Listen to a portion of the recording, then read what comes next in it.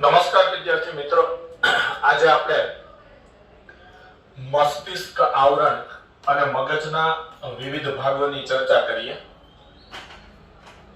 તો માનવ મગજ ખોપરીમાં સારી રીતે રક્ષણ પામેલું છે. આપણે જાણીએ છીએ કે મગજનું રક્ષણ કરતા હાડકા ખોપરીમાં આવેલા હોય છે. એટલે ખોપરીના કેટલાક હાડકા મગજનું રક્ષણ કરે. તો ખોપરીના જે હાડકા મગજનું રક્ષણ કરે તેને મગજ પેટી કે મસ્તક પેટી કહેવાય. હાડકાના આ કાર્યો એટલે કે હાડકા વિશેનો અભ્યાસ તમે 20મા ચેપ્ટરમાં કરી ચૂક્યા છો. તો ખોપરીના કેટલાક હાડકા મગજનું રક્ષણ કરે છે. એટલે માનવ મગજ ખોપરીમાં સારી રીતે રક્ષાયેલું છે. ખોપરીની અંદર મગજની ફરતે 3 મસ્તિષ્ક આવરણ હોય છે. તો આકૃતિમાં આપણે જોઈ શકીએ છીએ કે મગજની ફરતે આ 3 મસ્તિષ્ક આવરણ છે. એમાં સૌથી બહારનું આવરણ છે તેને બાહ્ય તાનિકા કહેવાય. આ વચ્ચેનું આવરણ છે તેને મધ્ય તાનિકા કહેવાય, તે થોડું પાતળું હોય. અને સૌથી અંદરનું આવરણ છે તેને અંતઃ તાનિકા કહેવાય, તે મગજની પેશીઓ સાથે જોડાયેલું હોય. કારણ કે આ અંતઃ તાનિકા પછી સીધું મગજ શરૂ થઈ જાય, મગજનો વિસ્તાર શરૂ થઈ જાય, એટલે આ અંતઃ તાનિકા છે એ મગજની પેશીઓ સાથે જોડાયેલું હોય. તો આ બે બાબત પરથી આપણે નક્કી કરી શક્યા કે આપણું મગજ છે એ ખૂબ જ સુરક્ષિત છે. એક તો આપણું મગજ ખોપરીના કેટલાક હાડકાઓ દ્વારા રક્ષાયેલું છે, એટલે કે ખોપરીની અંદર મગજ આવેલું છે, એટલે ખોપરીના હાડકા મગજનું રક્ષણ કરે છે. તથા આવા 3 મસ્તિષ્ક આવરણ બાહ્ય તાનિકા, મધ્ય તાનિકા અને અંતઃ તાનિકા એ પણ મગજનું રક્ષણ કરે છે. તો આ રીતે મગજની ફરતે ડબલ સિક્યુરિટી હોય છે, બેવડી રક્ષણાત્મક પદ્ધતિ હોય છે. કારણ કે મગજ છે એ આપણા માનવ શરીરનું ચેતાતંત્રનું સૌથી મહત્વનું અંગ છે. આગળના લેક્ચરમાં આપણે મગજના સામાન્ય કાર્યો જોયા હતા. તો આપણા શરીરમાં મગજ ખૂબ જ અગત્યનું અંગ છે, કારણ કે ઘણા બધા કાર્યો, એમ સમજો કે લગભગ બધા જ કાર્યોનું નિયમન મગજ કરે છે. એટલે મગજ આપણા શરીરમાં ચેતાતંત્રનું એક સર્વોપરી અંગ છે. એટલે મગજનું રક્ષણ ખૂબ જરૂરી છે. અને તેથી મગજ ખોપરીના હાડકા તથા આ 3 મસ્તિષ્ક આવરણથી રક્ષાયેલું છે. સમગ્ર મગજ 3 મુખ્ય ભાગમાં વિભાજિત થયેલું છે: અગ્ર મગજ, મધ્ય મગજ અને પશ્ચ મગજ. તો આકૃતિમાં આપણે મગજના તમામ ઘટકો દર્શાવેલા છે. તો અગ્ર મગજ છે એની હવે ચર્ચા કરીએ. તો નવો સવાલ, અગ્ર મગજ વિશે નોંધ લખો. તો અગ્ર મગજ બૃહદ મસ્તિષ્ક, થેલેમસ તથા હાઇપોથેલેમસ એમ 3 ઘટકોનું બનેલું છે. એટલે કે અગ્ર મગજમાં બૃહદ મસ્તિષ્ક, થેલેમસ અને હાઇપોથેલેમસ એમ 3 ભાગનો સમાવેશ થાય છે. તો અગ્ર મગજ બૃહદ મસ્તિષ્ક, થેલેમસ તથા હાઇપોથેલેમસ એમ 3 ઘટકોનું બનેલું છે. તો અહીંયા આકૃતિમાં આપણે જોઈ શકીએ છીએ કે આ આખું અગ્ર મગજ છે. તો અગ્ર મગજમાં આ બૃહદ મસ્તિષ્ક છે. આ આટલો જે આ ભાગ છે લંબચોરસ ભાગ, એને આમ તો ખરેખર આંતર મસ્તિષ્ક કહેવાય. આ આંતર મસ્તિષ્કમાં ઉપરનો આટલો ભાગ છે ને થેલેમસ કહેવાય. આંતર મસ્તિષ્કનો આ નીચેનો તળિયાનો ભાગ છે તેને હાઇપોથેલેમસ કહેવાય. અને આંતર મસ્તિષ્કની જે આ ડાબી અને જમણી બાજુ છે, એટલે કે પાર્શ્વીય દિવાલો છે, તેને એપિથેલેમસ કહેવાય. તો અગ્ર મગજ બૃહદ મસ્તિષ્ક, થેલેમસ તથા હાઇપોથેલેમસ એમ 3 ઘટકોનું બનેલું છે. પહેલા આપણે ચર્ચા કરીએ બૃહદ મસ્તિષ્કની. તો માનવ મગજનો મુખ્ય ભાગ છે. બૃહદ મસ્તિષ્ક માનવ મગજનો મુખ્ય ભાગ છે. તે એક ઊંડી અને આયામ ફાટ દ્વારા 2 ભાગમાં વિભાજિત થાય છે. તો પહેલા આ આકૃતિમાં જોઈએ. આ આખો બૃહદ મસ્તિષ્કનો ભાગ છે. આ બૃહદ મસ્તિષ્ક છે, અહીંયા નામ લખેલું છે. તો આખો બૃહદ મસ્તિષ્કનો ભાગ છે. હવે આ બૃહદ મસ્તિષ્કના ભાગને આપણે આયામ એટલે કે આયામ સ્થિતિમાં, ઊભી સ્થિતિમાં જોઈએ તો તે ઊંડી અને આયામ ફાટ દ્વારા 2 ભાગમાં વિભાજિત થયેલું છે. તેને ડાબું અને જમણું બૃહદ મસ્તિષ્ક ગોળાર્ધ કહેવાય. એટલે આ આખું બૃહદ મસ્તિષ્ક છે, આ આખો આયામ વ્યૂ છે. તો આ રીતે આયામ રીતે જોઈએ, આયામ એટલે લંબ અક્ષ. તો વચ્ચે એક આવી ઊભી ફાટ છે. ફાટ એટલે ખાંચો, તો આવી ઊભી ખાંચ છે અને થોડી ઊંડી હોય છે આ, તો આયામ ફાટ દ્વારા આખું આ બૃહદ મસ્તિષ્ક બે ભાગમાં વહેંચાયેલું છે. તો કયા બે ભાગમાં વહેંચાયેલું છે? તો ડાબું અને જમણું બૃહદ મસ્તિષ્ક ગોળાર્ધ કહેવાય. તો આપણે વક્ષ સપાટીએથી આકૃતિ છે એવું વિચારીએ તો આપણી ડાબી બાજુ એટલે આકૃતિનો જમણો ભાગ થશે અને આપણી જમણી બાજુ એટલે આકૃતિનો ડાબો ભાગ થશે. તો આ જમણું બૃહદ મસ્તિષ્ક ગોળાર્ધ અને આ ડાબું બૃહદ મસ્તિષ્ક ગોળાર્ધ. તો બૃહદ મસ્તિષ્ક એક ઊંડી અને આયામ ફાટ દ્વારા બે ભાગમાં વિભાજિત થાય છે. તેને ડાબું અને જમણું બૃહદ મસ્તિષ્ક ગોળાર્ધ કહેવાય છે. આ બંને ગોળાર્ધ ચેતાતંતુઓની પટ્ટી દ્વારા જોડાયેલા હોય છે, તેને કેલોસમ કાય કહેવાય છે. વિદ્યાર્થી મિત્રો, એમસીક્યુ માટે આ ખૂબ જ અગત્યનો શબ્દ છે, કેલોસમ કાય. આકૃતિમાં જોઈએ તો આ બે બૃહદ મસ્તિષ્ક ગોળાર્ધ છે, જમણું બૃહદ મસ્તિષ્ક ગોળાર્ધ અને ડાબું બૃહદ મસ્તિષ્ક ગોળાર્ધ. એ બંને વચ્ચે આવા ચેતાતંતુઓના પટ્ટા હોય છે, આવા ચેતાતંતુઓના પટ્ટા હોય છે. એટલે કે આ બંને બૃહદ મસ્તિષ્ક ગોળાર્ધ આ ચેતાતંતુના પટ્ટાથી જોડાયેલું છે. આ ચેતાતંતુના પટ્ટાને કેલોસમ કાય કહેવાય છે. તો આ ચેતાતંતુના પટ્ટાને કેલોસમ કાય કહેવાય. હવે બૃહદ મસ્તિષ્કના બહારના ભાગને બૃહદ મસ્તિષ્ક બાહ્યક કહેવાય ને અંદરના ભાગને બૃહદ મસ્તિષ્ક મજ્જક કહેવાય. તો આ આકૃતિમાં આપણે જોઈ શકીએ છીએ આખું બૃહદ મસ્તિષ્ક છે. તો માની લો કે એમાં બહારની સાઈડનો આટલો વિસ્તાર, તો બૃહદ મસ્તિષ્કનો બહારની સાઈડનો આટલો જે વિસ્તાર છે એને બૃહદ મસ્તિષ્ક બાહ્યક કહેવાય અને આની અંદરની સાઈડનો વિસ્તાર છે એને બૃહદ મસ્તિષ્ક મજ્જક કહેવાય. તો બૃહદ મસ્તિષ્ક બે ભાગમાં આગળ વિભાજિત થાય છે, એક બાહ્યક અને બીજું મજ્જક. બાહ્યકમાં ગર્ત આવેલા હોય છે એટલે કે ખાંચા આવેલા હોય છે. આકૃતિમાં આપણને સ્પષ્ટ ખ્યાલ આવે છે કે આ બૃહદ મસ્તિષ્કનો બહારનો બાહ્યક વિસ્તાર છે, એમાં થોડા થોડા અંતરે આવા ખાંચા આવેલા છે, ગર્ત આવેલા છે. બાહ્યકમાં ભૂખરું દ્રવ્ય હોય છે, તેથી તે ભૂખરું દેખાય છે. એટલે બાહ્યકમાં જે આ ચેતાકોષ હોય, હવે મગજ છે એ ચેતાકોષોનું બનેલું છે. આપણા શરીરના ચેતાતંત્રમાં અબજો ચેતાકોષ હોય છે. તો આપણા શરીરના ચેતાતંત્રમાં અબજો ચેતાકોષ હોય છે, એટલે કે 100 અબજ જેટલા ચેતાકોષ આપણા શરીરના ચેતાતંત્રમાં હોય છે.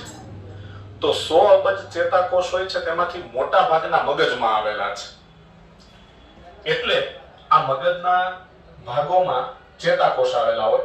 એટલે આ જે બૃહદ મસ્તિષ્ક છે કે જેમાં બહારની તરફનો ભાગ બાહ્યક છે અને અંદરની તરફનો ભાગ મજ્જક છે, તો બાહ્યક અને મજ્જક છે એમાં પણ ચેતાકોષ આવેલા હોય. હવે આપણે આ ચેપ્ટરમાં ચેતાકોષની રચના વિશે અભ્યાસ કરેલો છે, તો આપણને ખ્યાલ છે કે ચેતાકોષમાં જ્યાં તેનું કોષ કેન્દ્ર હોય અને કોષ રસ હોય, એ કોષ કેન્દ્ર અને કોષ રસ ધરાવતા વિસ્તારને કોષ કાય કહેવાય. એટલે આ બાહ્યક વિસ્તારમાં જે ચેતાકોષ આવેલા છે એ બધા ચેતાકોષો અહીંયા ભેગા મળી અને બાહ્યકનો જે વિસ્તાર બનાવે છે તેને ભૂખરું દ્રવ્ય કહેવાય. એટલે કે બાહ્યકમાં આવેલા ચેતાકોષો અને ચેતાકોષોના કોષકાય એકઠા થઈ અને બાહ્યકને ભૂખરો રંગ આપે છે, એટલે તેને ભૂખરું દ્રવ્ય કહેવાય. એટલે ભૂખરું દ્રવ્ય એ બીજું કંઈ નથી, ચેતાકોષોનો બનેલો સમૂહ છે. ટૂંકમાં બૃહદ મસ્તિષ્કમાં આવેલા ચેતાકોષો છે એ જ્યાં ભૂખરા જેવો રંગ આપે તેને ભૂખરું દ્રવ્ય કહેવાય અને અપારદર્શક દેખાય અને સફેદ જેવો રંગ આપે તેને શ્વેત દ્રવ્ય કહેવાય. ઓકે, તો આ બૃહદ મસ્તિષ્કમાં બહારની તરફનો વિસ્તાર જેને બાહ્યક કહેવાય તે ભૂખરું દ્રવ્ય ધરાવે છે એટલે ભૂખરું દેખાય છે, અને અંદરની બાજુનો જે વિસ્તાર છે મજ્જક, તો શ્વેત દ્રવ્ય ત્યાં હોય છે, તેથી સપાટીએથી તે અપારદર્શક દેખાય છે. એટલે આ જે મજ્જક છે એમાં શ્વેત દ્રવ્ય હોય. આપણે ભૂખરા દ્રવ્યને ગ્રે મેટર કહેવાય ઇંગ્લિશમાં. એટલે ગ્રેના સ્પેલિંગનો પહેલો અક્ષર G, એટલે આ બાહ્યક છે ગ્રે મેટર એટલે ભૂખરું દ્રવ્ય ધરાવે છે, અને મજ્જક શ્વેત દ્રવ્ય. શ્વેત દ્રવ્યને ઇંગ્લિશમાં વ્હાઇટ મેટર કહેવાય.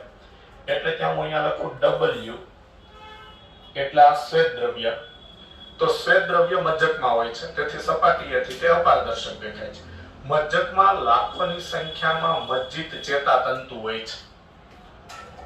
તો આ મજ્જક વિસ્તારમાં લાખોની સંખ્યામાં મજ્જિત ચેતાતંતુ હોય છે. મજ્જિત ચેતાતંતુ એટલે જેમાં મજ્જાપડ આવેલું હોય.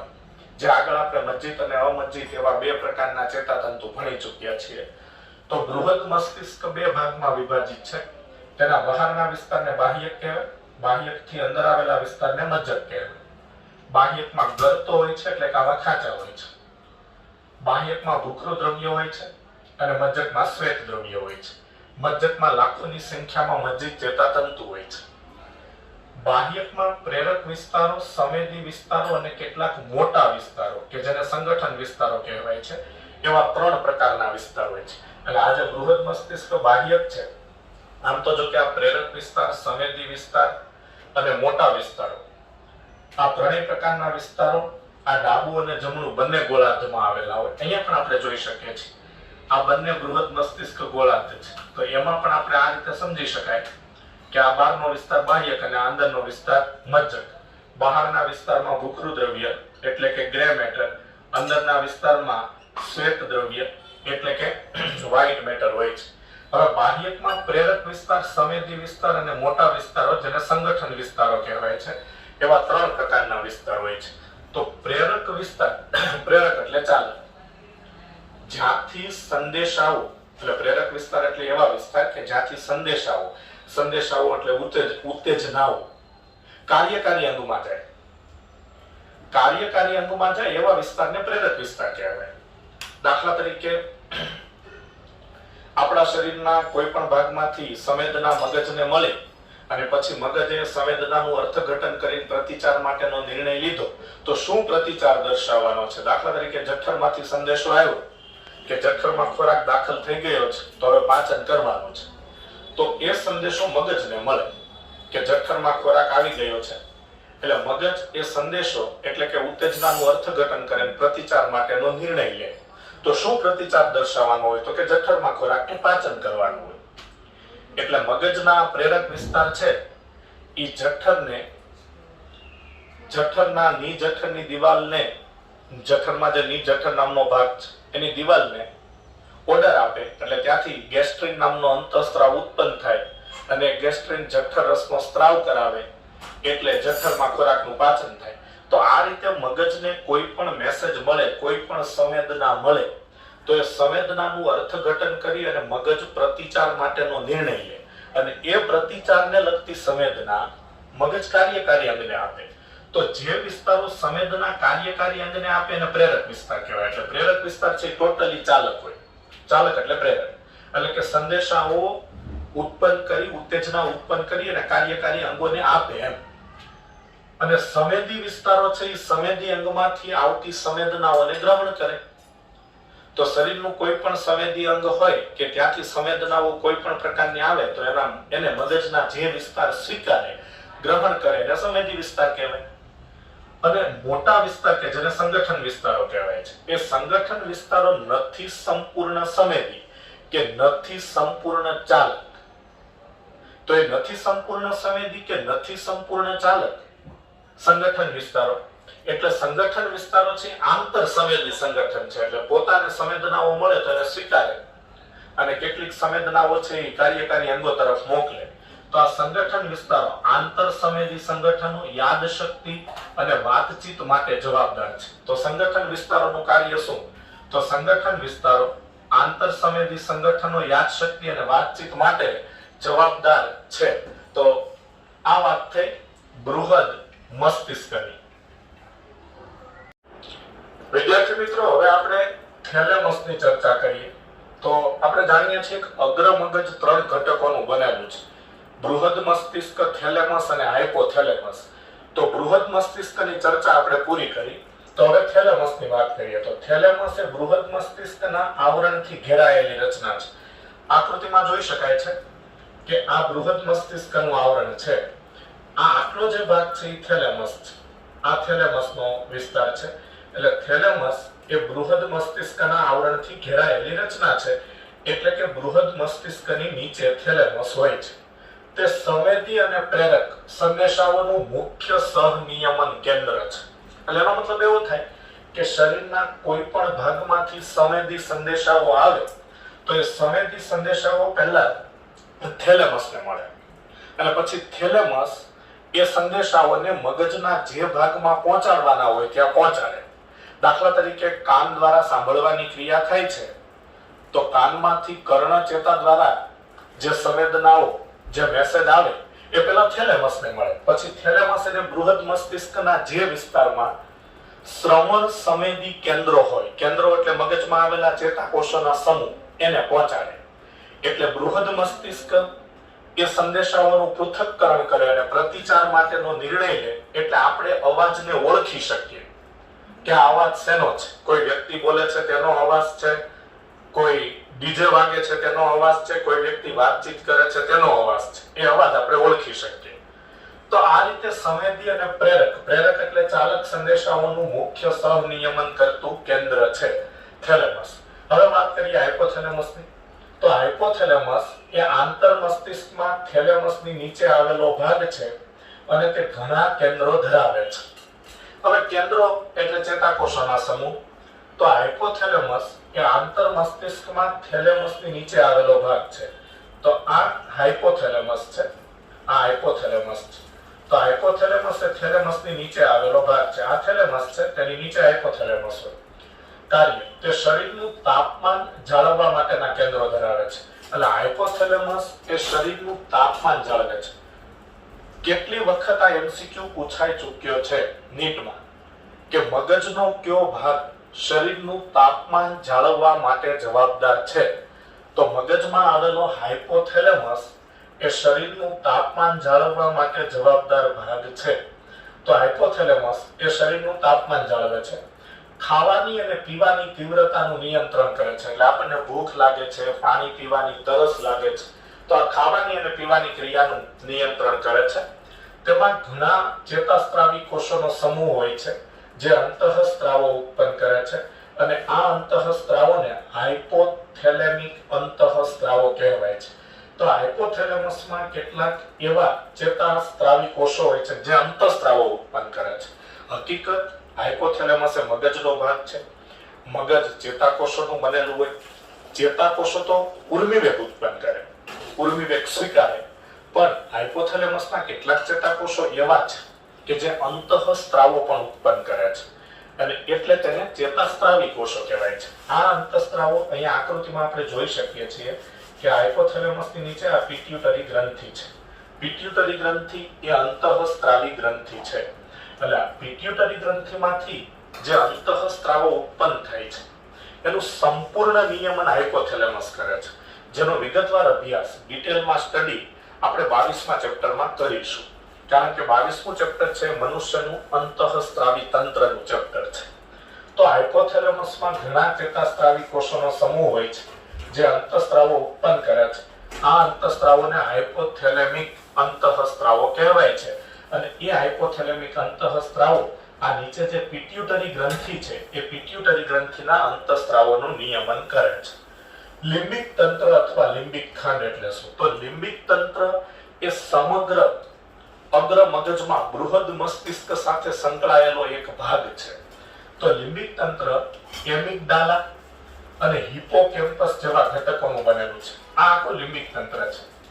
તો આ જે લિમ્બિક તંત્ર મેં અહીંયા અલગ દોર્યું છે એ લિમ્બિક તંત્ર અહીંયા આ રીતે સેટ થયેલું હોય છે. એટલે આ વિસ્તારમાં આ રીતે આ લિમ્બિક તંત્ર સેટ થયેલું હોય છે. આ રીતે સેટ થયેલું હોય છે. તો આખું લિમ્બિક તંત્ર છે. તો લિમ્બિક તંત્ર બે ઘટકોનું બનેલું છે, એક એમિગડાલા અને બીજું હિપોકેમ્પસ. એટલે આ એનો હિપોકેમ્પસ નામનો વિસ્તાર છે અને આ બ્લુ પેનથી દોરેલો આ જે નીચે તરફનો વિસ્તાર છે આને હિપોકેમ્પસ કહેવાય અને આ જે ભાગ છે એને એમિગડાલા કહેવાય. તો આ હિપોકેમ્પસ અને એમિગડાલા આ બંને ઘટકો ભેગા મળી અને લિમ્બિક તંત્ર બનાવે. તો પહેલા વાત કરીએ આપણે એમિગડાલા. તો એમિગડાલા એ બદામ આકારનો ભૂખરા દ્રવ્યોનો બનેલો સમૂહ છે. એટલે એમિગડાલા છે એ બદામ આકારનો, આ એમિગડાલા છે એ બદામ આકારનો અને ભૂખરા દ્રવ્યોનો બનેલો સમૂહ છે. આ એમિગડાલા. તો એમિગડાલા બદામ જેવા આકારનો અને ભૂખરા દ્રવ્યોનો બનેલો સમૂહ છે. બૃહદ મસ્તિષ્ક ગોળાર્ધના અંદરના ભાગે આવેલી રચના છે. એટલે એમિગડાલા બૃહદ મસ્તિષ્ક ગોળાર્ધ જે છે એમાં અંદરના ભાગે આવેલી રચના છે. હિપોકેમ્પસ એ બૃહદ મસ્તિષ્કમાં ઊંડે આવેલું છે. એટલે આ હિપોકેમ્પસ છે. તો હિપોકેમ્પસ એ પણ બૃહદ મસ્તિષ્કમાં ઊંડે આવેલું છે. તો આ હિપોકેમ્પસ અને આ એમિગડાલા બંને ઘટકો ભેગા મળી અને લિમ્બિક તંત્ર બનાવે છે. ઓકે, લિમ્બિક તંત્રનું કાર્ય તે હાઇપોથેલેમસની સાથે મળી જાતીય વર્તણૂકનું નિયમન કરે. તો જાતીય વર્તણૂક એટલે કે પુરુષનું સ્ત્રી સાથેનું આકર્ષણ અને સ્ત્રીનું પુરુષ સાથેનું આકર્ષણ એ જાતીય વર્તણૂક કહેવાય. તો એ જાતીય વર્તણૂકનું નિયમન લિમ્બિક તંત્ર હાઇપોથેલેમસ સાથે મળીને કરે છે. આ ઉપરાંત તેમાં ઉત્તેજના, ખુશી એટલે આનંદ, ગુસ્સો એટલે ક્રોધ, ભય, મિત્રતા ફ્રેન્ડશિપ, કોઈ વસ્તુ ગમવી કે કોઈ વસ્તુ ન ગમવી. ઘણાને લાલ કલર ખૂબ ગમતો હોય તો લાલ કલરના 5-7 શર્ટ રાખતા હોય. ઘણાને સફેદ કલર ખૂબ ગમતો હોય તો સફેદ કલરના 5-6 શર્ટ રાખતા હોય. ઘણાને અમુક વસ્તુ ન ગમતી હોય તો એ વસ્તુ પ્રત્યે પૂર્વગ્રહ હોય, ન ગમે એટલે ન જ ગમે. એ વસ્તુ સારી હોય છતાંય ન ગમે. તો કોઈ વસ્તુ ગમવી કે ન ગમવી, ગમો કે અણગમો એવા સાદી ભાષામાં શબ્દો બોલાય. તો વગેરે બાબતની લાગણીઓની પ્રતિક્રિયાઓના કેન્દ્રો લિમ્બિક તંત્રમાં હોય છે.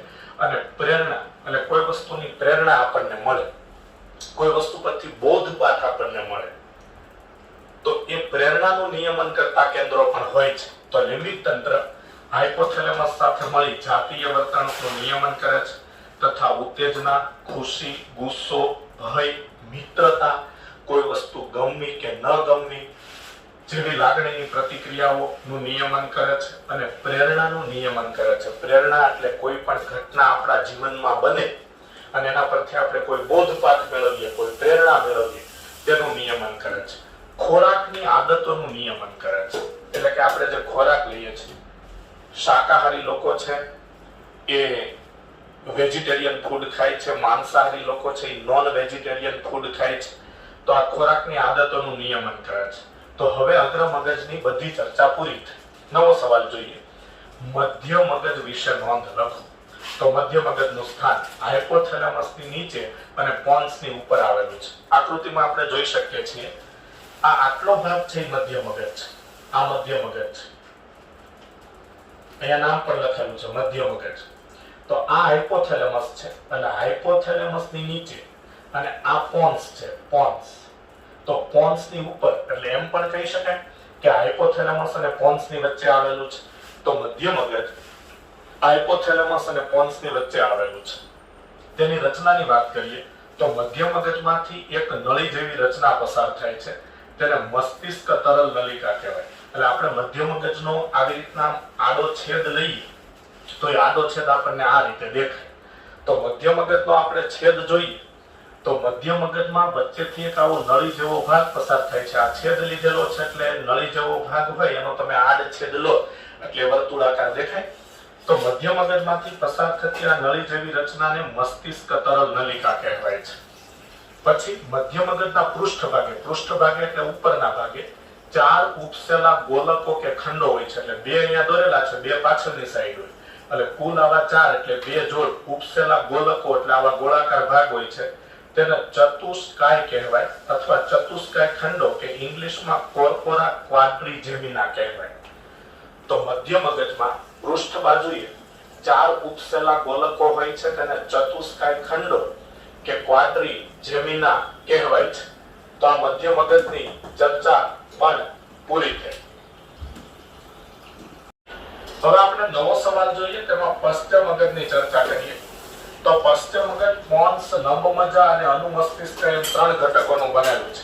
એટલે કે પશ્ચ મગજમાં પોન્સ, લંબમજ્જા અને અનુમસ્તિષ્કનો સમાવેશ થાય છે. પોન્સની વાત કરીએ તે મગજના વિવિધ વિસ્તારોને સાંકળતા ચેતાતંતુ ધરાવે છે. એટલે આ પોન્સ છે.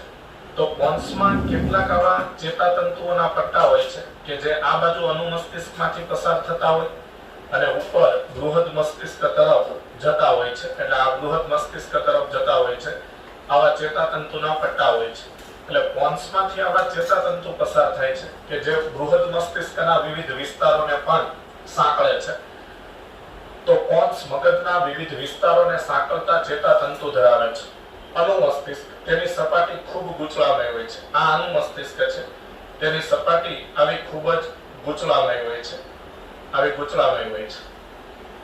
તે ઘણા ચેતાકોષોને વધારાની જગ્યા પૂરી પાડે છે. એટલે અનુમસ્તિષ્કમાં ખૂબ મોટી સંખ્યામાં ચેતાકોષો ગોઠવાયેલા હોય છે.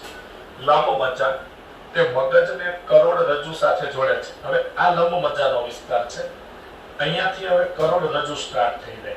એટલે કે લંબ મજ્જાનો છેડો ખોપરીના નીચે આવેલા છિદ્રમાંથી બહાર આવે. એ ખોપરીના નીચેના છિદ્રમાંથી લંબ મજ્જા બહાર આવે. જે ખોપરીના નીચેના છેડે મહાછિદ્ર આવેલું હોય છે, મોટું છિદ્ર આવેલું હોય છે, એમાંથી લંબ મજ્જા બહાર આવે. પછી એ લંબ મજ્જા કરોડ સ્તંભમાં દાખલ થાય.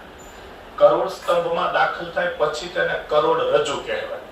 એટલે આ લંબ મજ્જા એવો વિસ્તાર છે. લંબ મજ્જા પોતે મગજનો એક ભાગ છે, પશ્ચ મગજનો એક ભાગ છે, અને નીચે તે કરોડરજ્જુ તરીકે કરોડ સ્તંભમાં આગળ વધે છે. એટલે આપણે એમ કહી શકીએ કે લંબ મજ્જા મગજ અને કરોડરજ્જુને એકબીજા સાથે જોડે છે.